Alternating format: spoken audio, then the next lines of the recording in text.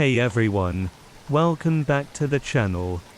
Today I'm going to show you how to replace the worn out buttons on a BMW F30.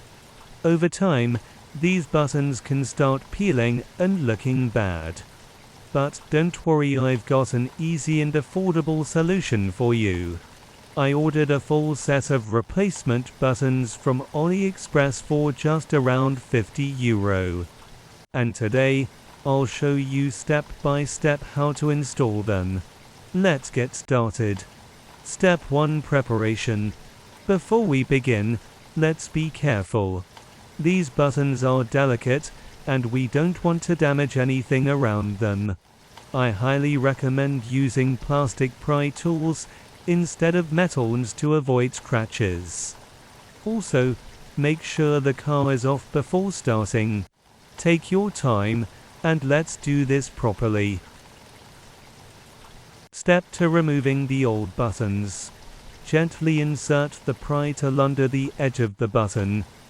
No need to rush, just apply slight pressure and slowly work around it. Look at this, it's coming off smoothly.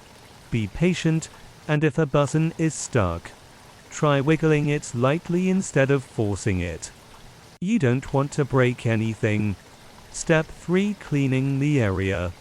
Once the old buttons are off, you might notice some dust or sticky residue.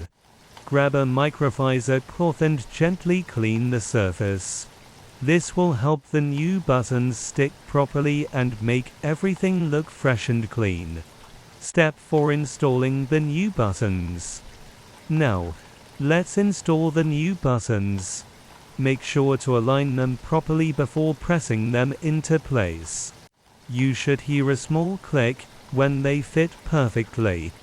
Check that they work by pressing them a few times. And there you go, just like new. Outro. And that's it. With just €50 and a little patience, you can refresh your BMW's interior and make it look brand new.